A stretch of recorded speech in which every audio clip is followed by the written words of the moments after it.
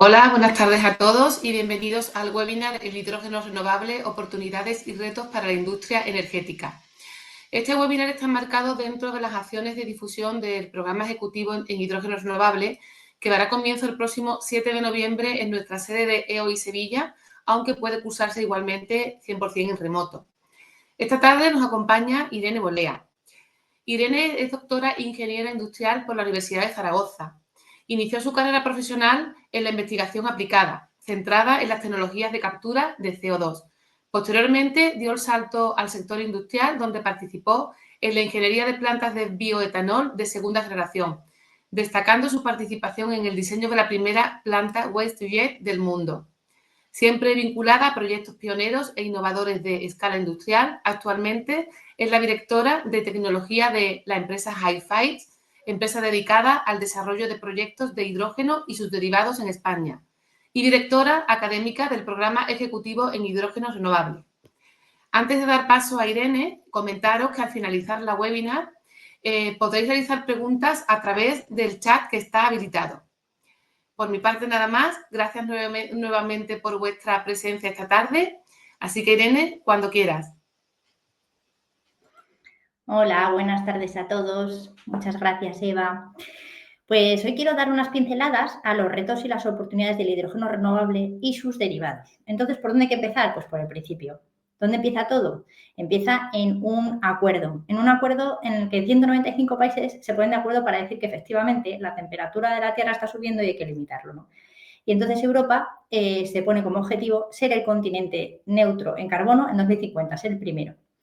Con el European Green Deal vino una serie de medidas entre las que se marcaban una serie de acciones, ¿no? Estas acciones estaban enfocadas a maximizar la eficiencia energética, a potenciar las tecnologías de captura y almacenamiento de CO2, a electrificar al máximo con renovables tanto transporte como los procesos industriales que puedan ser electrificados. Y abre también una fuerte motivación a desarrollar el hidrógeno verde, primero para las aplicaciones que ya usan hidrógeno y que no era verde, y para nuevas aplicaciones que, sobre todo en sectores de difícil electrificación. Dentro de estas medidas también empezó a hablarse de la economía circular y se empezó también a regular mucho más la biomasa desde el punto de vista de sostenibilidad y al uso de residuos orgánicos, ¿no? Entonces, hay un paquete de medidas que es lo que motiva que realmente los sectores tanto de la edificación como el transporte como la energía tomen decisiones para descarbonizarse. Aquí se enmarca, por ejemplo, pues la regulación ETS, la Directiva de Energías Renovables. Fue el EU Maritime, que es la que regula las penalizaciones a los barcos por emisiones. Refuel Aviation. Entonces, parece que seguimos la buena vía, ¿no? Aquí hay un gráfico en el que se ve cómo disminuyen las emisiones de CO2 en el continente europeo. En línea azul oscura vemos que vamos bajando, pero ¿vamos bajando por qué? Pues porque el parque de energía, sobre todo energía fósil, ha sido reemplazado por energías renovables de manera bastante abrupta. Pero el objetivo es la línea rosa y la línea rosa es más difícil de conseguir sin añadir nuevos desarrollos como los que vamos a ver aquí, ¿no? Pero es que ha ocurrido algo más últimamente, ¿verdad? Ha ocurrido que debido a la guerra de Rusia nos hemos dado cuenta de que somos altamente vulnerables en Europa. Tenemos una dependencia geopolítica con el exterior muy fuerte en términos de dependencia energética. Entonces, la Unión Europea ha adoptado en estos últimos años un paquete de medidas de emergencia que puedan garantizar un poco esta independencia geopolítica del gas ruso y ya reforzar la resiliencia ante futuras crisis que puedan venir. Entonces, este es el famoso plan REPowerEU. Y fijaros los ejes principales del REPowerEU, que algunos de ellos tienen mucho que ver con la descarbonización que hablábamos antes. Veis, por ejemplo, que uno de los objetivos es acelerar el uso de las energías renovables, implementar los objetivos de generación y fomentar el ahorro energético. O sea, todas estas cosas que estábamos viendo para descarbonización que además van a servir para independizarnos de las fuentes renovables, de las fuentes fósiles externas, ¿no? Pero bueno, esto deja patente que el hidrógeno renovable va a abrir una oportunidad. Pero ¿en qué ángulos va a abrir esa oportunidad? Pues abre la oportunidad en el ángulo de que el hidrógeno es un vector. No es un combustible, sino que es un vector. Puede ser usado como combustible. De hecho, si se quema hidrógeno, hidrógeno más oxígeno, agua. Evitamos cualquier tipo de emisión de CO2. No se puede considerar cero emisiones porque si se hace todo el análisis del ciclo de vida de la producción de hidrógeno, efectivamente hay cierta penalización. Pero en comparación con cualquier otro combustible fósil, si el hidrógeno ha sido producido de una manera renovable, sí que tiene un cómputo de casi cero emisiones. Pero es que además el hidrógeno es un componente intermedio para un montón de productos petroquímicos. Y además estas mismas moléculas ahora son el principio de unos combustibles de bajas emisiones, combustibles alternativos. Pero es que no solo esto además nos va a dar la oportunidad de democratizar las fuentes de energía en nuestro continente y en especial en España, hay que decirlo, ¿no? Por nuestro potencial en energías renovables, en sol y en viento, que nos distingue del resto del continente. Pero es que además quiero puntualizar el último bullet que indico ahí, que además es una oportunidad para las zonas más aisladas. Las zonas, por ejemplo, que no están conectadas a la red eléctrica, tienen la oportunidad de fabricar su propio combustible. Ya con la renovable ya tienen la oportunidad de generar su propia electricidad, pues que además van a poder generar su propio combustible. Entonces, ¿en qué líneas se abren estas oportunidades? Pues la primera línea es la que hemos mencionado, ¿no? Los consumidores de hidrógeno de toda la vida. Actualmente se consumen unos 100 millones de toneladas de hidrógeno y cada tonelada de hidrógeno produce como 10 toneladas equivalentes de CO2 en su producción. Es decir, que solo en el hidrógeno gris, y ahora explico lo que es el gris, solo en el hidrógeno gris ya se emiten más de 1.000 millones de toneladas de CO2. ¿Y el hidrógeno gris qué es? Pues es el hidrógeno que ahora mismo se produce de manera convencional, que es a través del reformado de gas natural, sobre todo eso en Europa, y en países asiáticos, gasificación del carbón. En cualquier caso, las altísimas emisiones de CO2 asociadas al hidrógeno gris pues, presentan un potencial enorme para su abatimiento si se consigue fabricar ese hidrógeno de otra manera, ¿no? Entonces, si conseguimos que ese hidrógeno sea renovable, pues ahí hay un potencial muy grande, como decimos. Pero es que hay más oportunidades. Está la generación y almacenamiento. ¿Qué quiere decir esto? Que el hidrógeno puede generar electricidad. Puede generar electricidad a partir de pilas de combustible. Igual que la electrólisis es aportar electricidad a la molécula de agua para separar el hidrógeno del oxígeno, una molécula de agua con cierto potencial eléctrico puede separar, puede generar una electricidad a través de una pila de combustible.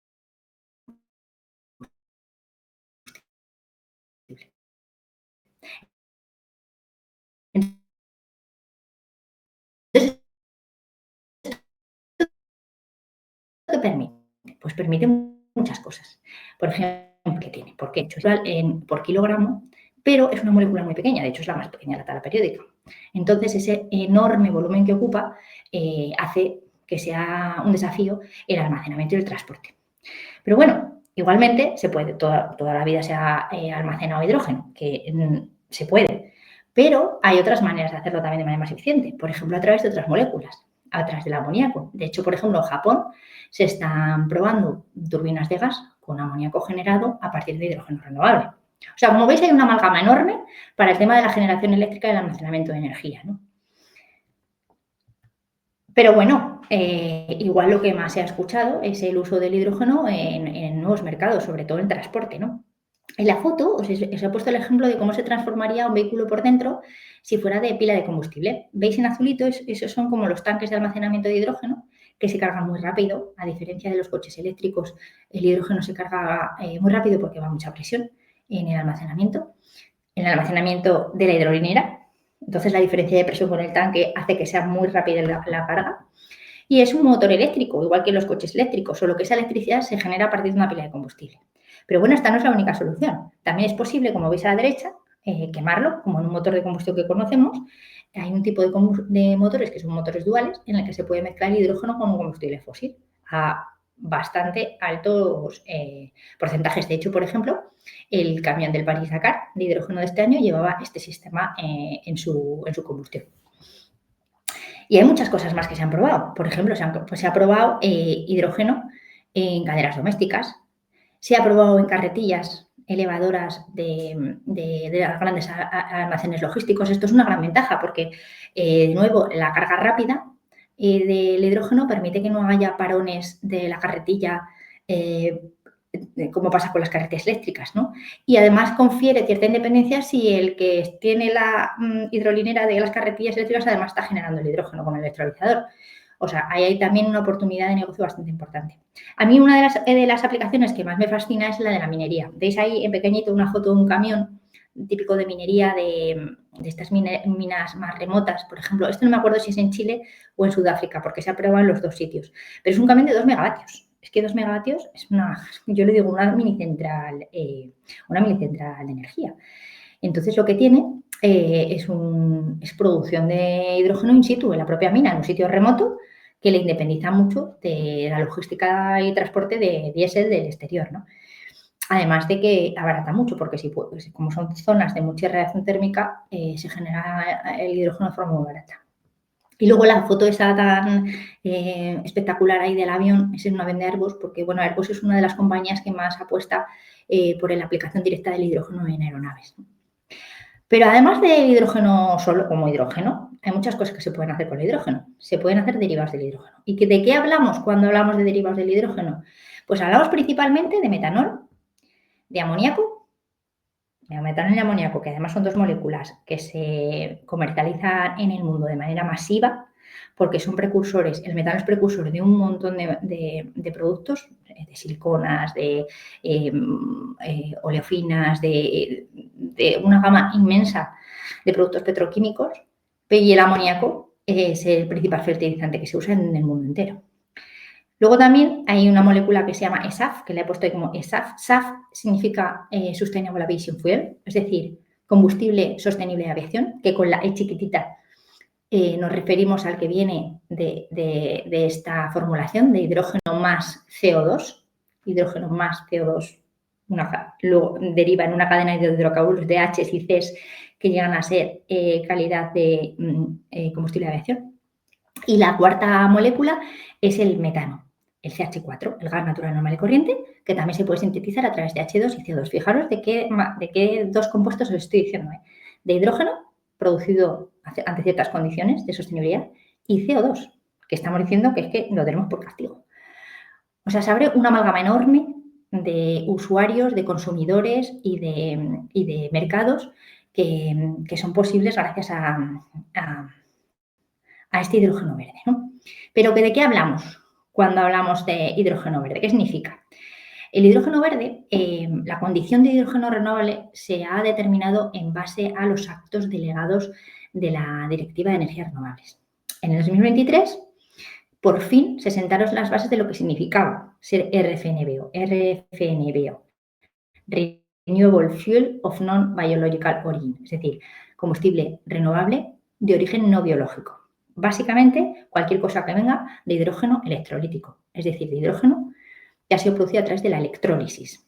Entonces, esa electrólisis, que necesita energía eléctrica, tiene unas condiciones.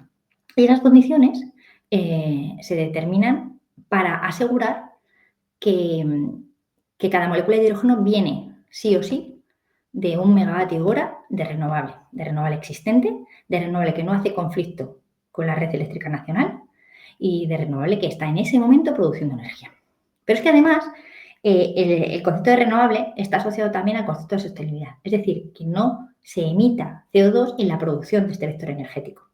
Entonces aquí tenéis, por ejemplo, las huellas de carbono, lo que se llaman las huellas de carbono, los kilogramos de CO2 equivalente por kilogramo de hidrógeno. Como veis, el primero de todos es el RFNBO que os estaba comentando, que tiene una huella bajísima de CO2 prácticamente cero. Si tú te aseguras que el hidrógeno viene de fuentes renovables, la huella es muy pequeña. Pero luego tenemos otros procesos y sobre todo hay mucho hincapié en la posibilidad de hacer captura de carbono y almacenamiento de CO2 de aquellos procesos normales, de aquellos reformados que os contaba antes de cómo se hacían antes las cosas. Si ese reformado o esa gasificación para producir hidrógeno se hace con biomasa en vez de con combustibles fósiles, el CO2 se captura y se almacena, entonces es cuando, ¿veis?, la huella se puede considerar negativa. Hay que decir que estos procesos están en desarrollo y no están a nivel comercial todavía, pero conceptualmente ese es el tema, ¿no? Entonces no es muy realista comparar esto con los RFNBOs, porque los RFNBOs al final es la electrólisis del agua, que es muchísimo más madura tecnológicamente, ¿no? Entonces os voy a contar los 8 grandes retos del mercado del hidrógeno y los derivados, enumerados de manera que también abren la vía a muchas posibilidades, ¿vale? Por ejemplo, el primer reto es que los modelos de negocio existentes están en riesgo, porque va a haber unas penalizaciones debidas a los cánones, a las emisiones, que van a tener que o sufragar, si lo pueden hacer, o buscar medidas para descarbonizarse. El otro reto, ¿cuál es? El otro reto es que gente que se dedicaba en su negocio, que su core business era cualquier cosa, por ejemplo, en este caso, operar autobuses, o sea, optimizar rutas, encargarte de llegar a tiempo, toda esa serie de cosas que se tiene que encargar un operador logístico, ahora tiene que preocuparse de enterarse bien cuál es el combustible que le aporta descarbonización adecuada, que tenga puntos de recarga de hidrógeno o eléctrico o de gas natural suficientemente distribuidos para que cumpla sus rutas. O sea, hay una serie de cosas que tienen que decidir en base a una experiencia que no tiene, ¿no? Bueno, y poca gente tiene, ¿no? Y luego hay un tema muy interesante y es la reconfiguración de la cuenta de resultados. Fijaros que hemos estado hablando antes del CO2. El CO2 como feedstock, como materia prima para producir cosas con el hidrógeno. Aquí en la foto, este es un camión que está recogiendo CO2 criogénico de una planta de bioetanol. Una planta de bioetanol produce etanol de la fermentación del azúcar. Punto. El etanol se mezcla y eso es una tecnología, un mercado ya existente y tal. Y como subproducto, en las plantas de bioetanol emiten un CO2. Ese CO2 es prácticamente puro, pero como a nadie le interesa, pues eso o se vierte a la atmósfera o hay algún camión que, bueno, una pequeñita parte lo puede licuar y lo puede vender pues a las fábricas de refrescos, alimentación y tal. ¿Qué pasa ahora cuando las cantidades de CO2 que se requieren para generar derivados son mucho más grandes? Pues que se va a generar un mercado de un coproducto que antes no tenía un valor, ¿no? Luego no todo se puede descarbonizar, hay una limitación, ¿no? Y hay que identificarlas y tenerlas claras. Os pongo un ejemplo muy evidente, el ejemplo de la cementera. La cementera tiene que a muy altas temperaturas calcinar carbonatos, roca carbonatada. Esa roca carbonatada a altas temperaturas emite CO2. Da igual que las altas temperaturas las hayas conseguido con un hidrógeno maravilloso o con una biomasa maravillosamente sostenible. El carbonato, cuando se calienta, genera CO2 y ese CO2 está penalizado con las ETS también. Entonces, ¿qué pasa? Hay industrias como las cementeras que tienen que explotar todas las vías de descarbonización posibles de alto riesgo. ¿Por qué? Y es que el ejemplo más claro lo he puesto en la foto, el de la hidrolinera. El que invierta en una estación de servicio que dispense hidrógeno necesita que haya vehículos que consuman hidrógeno, que son más caros de lo habitual. El que se compre un vehículo de hidrógeno tiene que asegurarse que por la ruta que utilice haya una hidrolinera. O sea, es una espiral consumo-producción, que al que pone el dinero, al inversor, le supone un riesgo y además sin él es imposible romper esa espiral. O sea, estos nuevos modelos de negocio requieren que las inversiones sean más medioplacistas o largoplacistas. Y luego ya hemos visto que se necesita un impulso y se necesita una ayuda, porque por hoy evidentemente es un mercado que están haciendo y no es tan evidente que pueda ser viable. ¿Qué lo hace viable? La reglamentación, como hemos visto, las penalizaciones, pero también el apoyo gubernamental, los subsidios, ¿no? Y no siempre son efectivos. El diseño de los subsidios en el sector del hidrógeno, por ejemplo, ha visto reflejado le voy a llamar fracaso, aunque es una palabra un poco fuerte, pero ha visto reflejado un mal diseño de dicho subsidio en el Banco Europeo del Hidrógeno, en el que se han concedido unas ayudas que luego no se han podido aceptar, porque las garantías financieras que se exigen son demasiado elevadas para el estado de desarrollo de los proyectos. Y esto se tiene que tener en cuenta a la hora de diseñar un sistema de subsidios, ¿no? Un sistema de tenders. Lo que es muy importante y es un reto nacional especialmente y a nivel europeo, por supuesto, es la reconfiguración de la infraestructura eléctrica, porque todo lo que estamos hablando, todo requiere energía renovable y toda la energía renovable está dispersa por la geografía. Y esa dispersión supone una reconfiguración de la infraestructura. Antes no, antes había ciclos combinados y centrales térmicas muy fuertes, muy grandes, en sitios concretos y a partir de ahí se generaba la red. Ahora tenemos puntos de producción más diseminados a lo largo de la geografía que tienen que reforzar subestaciones y redes de transporte. Y por último, la toma de decisiones tiene que estar basada en una experiencia, ¿no? Así pasa en todos los sectores profesionales. Tú tomas decisiones, bueno, y personales. Uno toma decisiones porque se basa en su experiencia. ¿Qué pasa en un sector en que la experiencia es muy pequeña? Pues que te tienes que basar en la experiencia de otros. Entonces aquí es donde juega un papel fundamental formarse. Formarse a través de gente pues, que sabe de estos temas, ¿no? Entonces, bueno, aquí quiero contaros que el máster se ha diseñado en función de lo que hemos ido diciendo a lo largo de la ponencia, ¿no? Vamos a ver qué regulación motiva el sector, qué marco regulatorio es el que va a ser el driver de todo el desarrollo, cómo se produce el hidrógeno, qué particularidades tiene y qué riesgos tecnológicos, cómo se manipula, cómo se opera, pero también vamos a ver lo de la demanda, qué son las hidrolineras, cómo se demanda el hidrógeno en el sector rodado, en el sector marítimo, en el sector de la aviación, en el sector industrial. Y por último, vamos a ver esos proyectos que han de llevarse a la realidad, por qué fases tienen que pasar. Que evidentemente tienen que pasar por las fases que pasan todos los proyectos en desarrollo. Pero claro, el sector tan incipiente y tan novedoso y que va evolucionando precisamente casi con la experiencia de los propios desarrolladores, hay que tener cada normativa, pero hay que ayudar también a las administraciones en la permisología. Y hay que abarcar el tema de la financiación, de qué vías de financiación se tienen, ¿no? En este máster también queremos usar herramientas de software que nos permitan visualizar casos concretos y ver números y proyectos específicos, ¿no? Sobre todo en temas de seguridad, en temas de refueling, de dispensación de hidrógeno a vehículos y en temas de cálculo del propio coste, porque al final, ¿cuál va a ser el driver de todo? El coste del hidrógeno, en lo que se llama el LCOH, Leverage Cost of Hydrogen. Lo mismo para los derivados, Leverage Cost of Methanol, Leverage Cost of Ammonia. Pero la forma de calcularlo tiene que ser justa y tiene que ser un estándar para que todos estemos midiendo peras con peras, ¿no? Entonces, bueno, ahora quedo abierta a que me preguntéis todo lo que queráis y a vuestra disposición, por supuesto, aunque no me lo preguntéis por aquí, si queréis hacer la consulta a través del email de la Escuela de Organización Industrial, de cualquier duda que tengáis sobre el programa, pues, por supuesto, estaremos encantados de contestaros, ¿vale?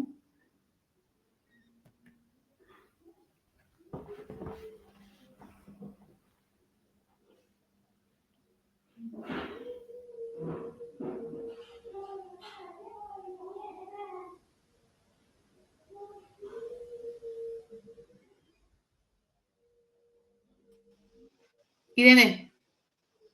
Sí. ¿Irene? Sí. Ah, que, ¿Estás en mute, no? que había quedado muteada. Sí, sí, perdona. Te leo. Juan Montero nos dice, el sistema de producción y distribución eléctrica está saturado. ¿Tenemos capacidad suficiente para generar electricidad adicional para la producción del hidrógeno verde? Eso es una pregunta muy buena. Efectivamente, es uno de los hándicaps. A ver, el sector del hidrógeno trabaja de mano a mano con el sector eléctrico, ¿eh? Y aquí hay varias cosas que contar. Primero, una de las formas más baratas de producir el hidrógeno, ¿cuál es? Producirlo con energía eléctrica de sitios que no estén conectados a la exportación. Por eso es tan importante el futuro H2Med, el futuro hidroducto, que permitirá bajar el coste del hidrógeno porque se podrá producir en sitios baratos que no tengan ese derecho a exportación, pero se puedan conectar a la red de hidrógeno. Mientras tanto, tenemos ese problema de capacidad y no hay más que decir. O sea, hay que tener en cuenta la capacidad que hay publicada y se está discutiendo con Red Eléctrica las prioridades, ¿no?, para conceder ese acceso a la electricidad. Y luego hay otra cosa muy importante también que puedo comentar en este aspecto, porque los proyectos de electrólisis tienen una particularidad y es que son muy capaces de subir y bajar carga. ¿Esto qué quiere decir? Quiere decir que que pueden jugar un papel muy fundamental en la regulación de la red. O sea, dado lo que hemos vivido estos últimos meses con el tema del apagón y todas las vueltas que se han dado, lo que se ha dado cuenta es que se necesitan sistemas de amortiguación de la frecuencia, ¿no?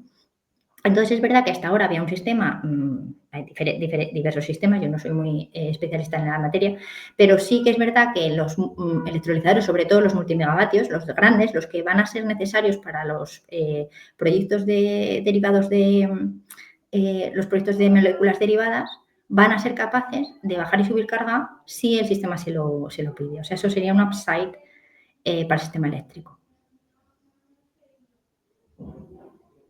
Gracias, Irene. Nos pregunta también Pilar Merino, ¿qué retos plantea el transporte del hidrógeno verde? ¿Qué efectos ambientales puede suponer? Bueno, pues el hidrógeno verde presenta un reto monetario sobre todo, el transporte. ¿Por qué? Porque para transportar hidrógeno hay que comprimirlo. O lo comprimes a mucha presión. Ahora mismo, fíjate, el hidrógeno comercial se transporta a 200 bares. Pero, sin embargo, tú al vehículo le tienes que dispensar a unos 500 bares, al vehículo camión. Y al vehículo coche, 700 y pico. Entonces, el transporte lo que presenta es más tecnológico. Es más el coste del propio tanque que lleve el hidrógeno a muy altas presiones. Pero el medioambiental es el mismo que cualquiera. De hecho, dentro de la huella que se asigna al hidrógeno, el transporte está contemplado. Entonces, claro, siempre te va a venir mejor. Primero, siempre te va a venir mejor producir el hidrógeno donde lo vais a usar. Eso para empezar. Si lo tienes que transportar, mejor por ducto. Lo que pasa es que, claro, hay una limitación. A cierto número de 2, 3, 4 kilómetros, pues el ducto ya no tiene sentido. Entonces, cuando tiene que ser por camión, lo vas a querer transportar a la mayor presión posible. Pero no toda la presión es posible. Porque es verdad que las carreteras ahora mismo en España están limitadas a un tonelaje. Creo que son 40 toneladas.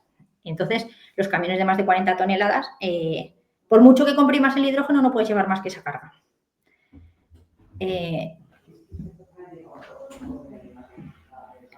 Perdón.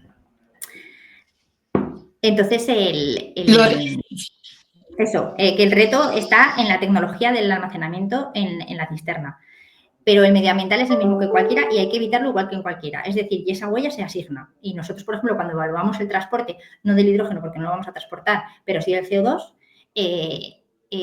intentamos que sea por tren.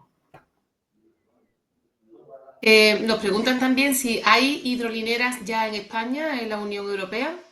Sí, hidrolineras hay y vehículos también.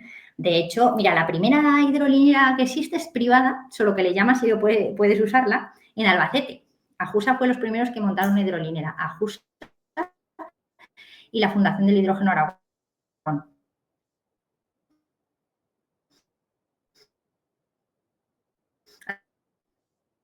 Hace muchos años.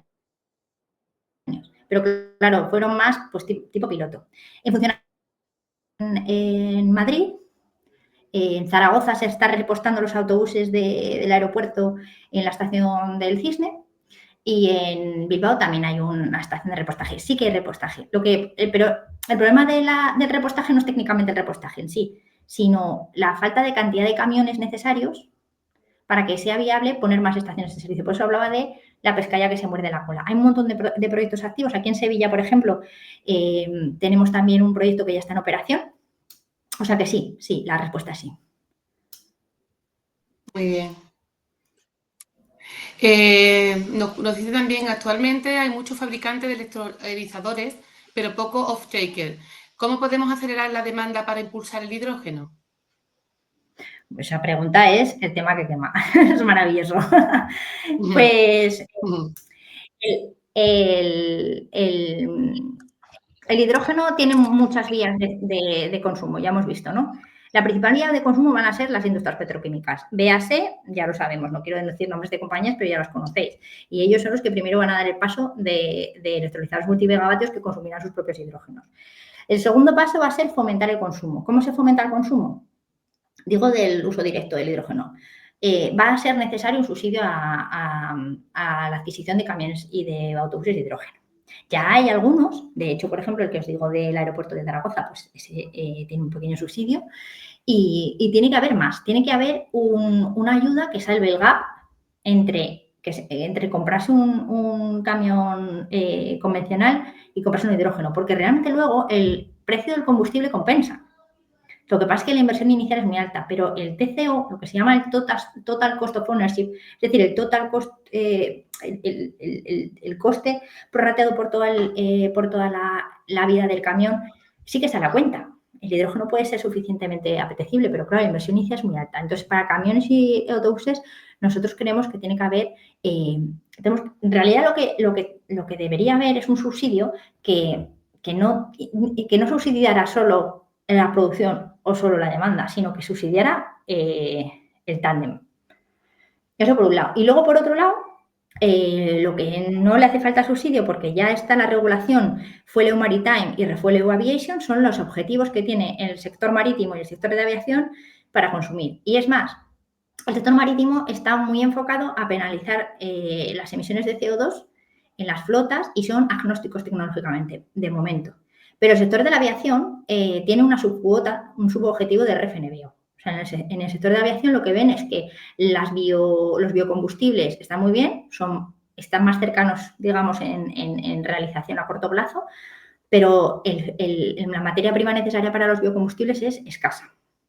Entonces ahí es donde los RFNBOs van a jugar un papel muy importante. Nos preguntan también, dice, ¿no sería más interesante utilizar tecnologías hipocarbónicas ya maduras como el reformado de biometano con captura de CO2 para acelerar el despegue del hidrógeno renovable? Absolutamente. Esa pregunta es muy buena, pero hay un hándicap.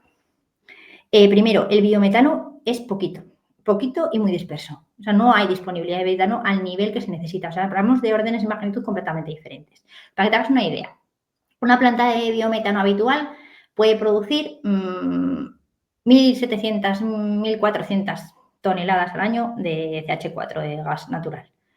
Lo que se necesita para alimentar un reformador igual son 500.000.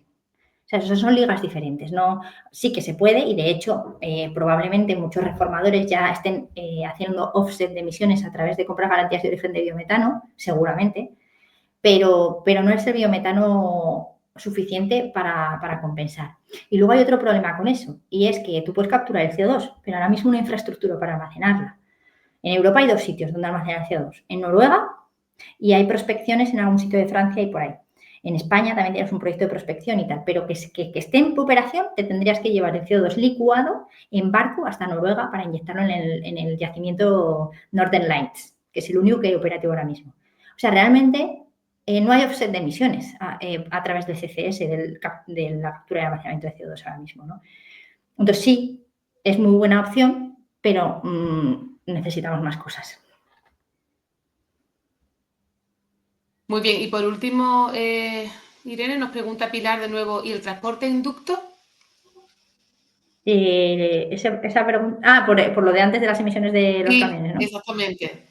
Sí, eso es muy bueno. A ver, sí, el transporte inducto es lo deseable, ¿eh? Es lo que he dicho antes, por eso hay de interés en el H2ME. El principal interés del H2ME es que se pueda producir hidrógeno en sitios baratos y que no haya impacto en nada, porque esté, pues yo qué sé, en sitios que no impacte en nada y que no haya, sobre todo, capacidad de exportación a la red eléctrica y tú puedas poner ahí tus electrolizadores y lo puedas llevar a través del ducto donde quieras.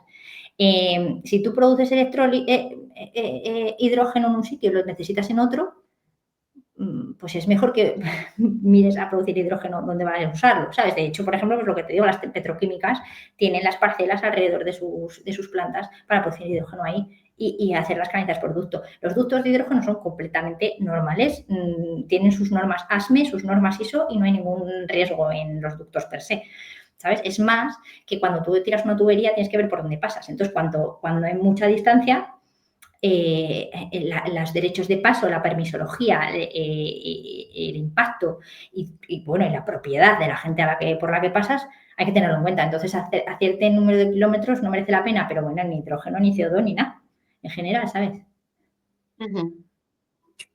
Pues gracias, Irene. De momento no hemos tenido más preguntas, así que bueno, darte las gracias a ti por tu participación hoy en la webinar. Ha sido fantástica. Creo que se nos ha quedado muy claro las oportunidades que tenemos a partir de ahora en temas de hidrógeno renovable.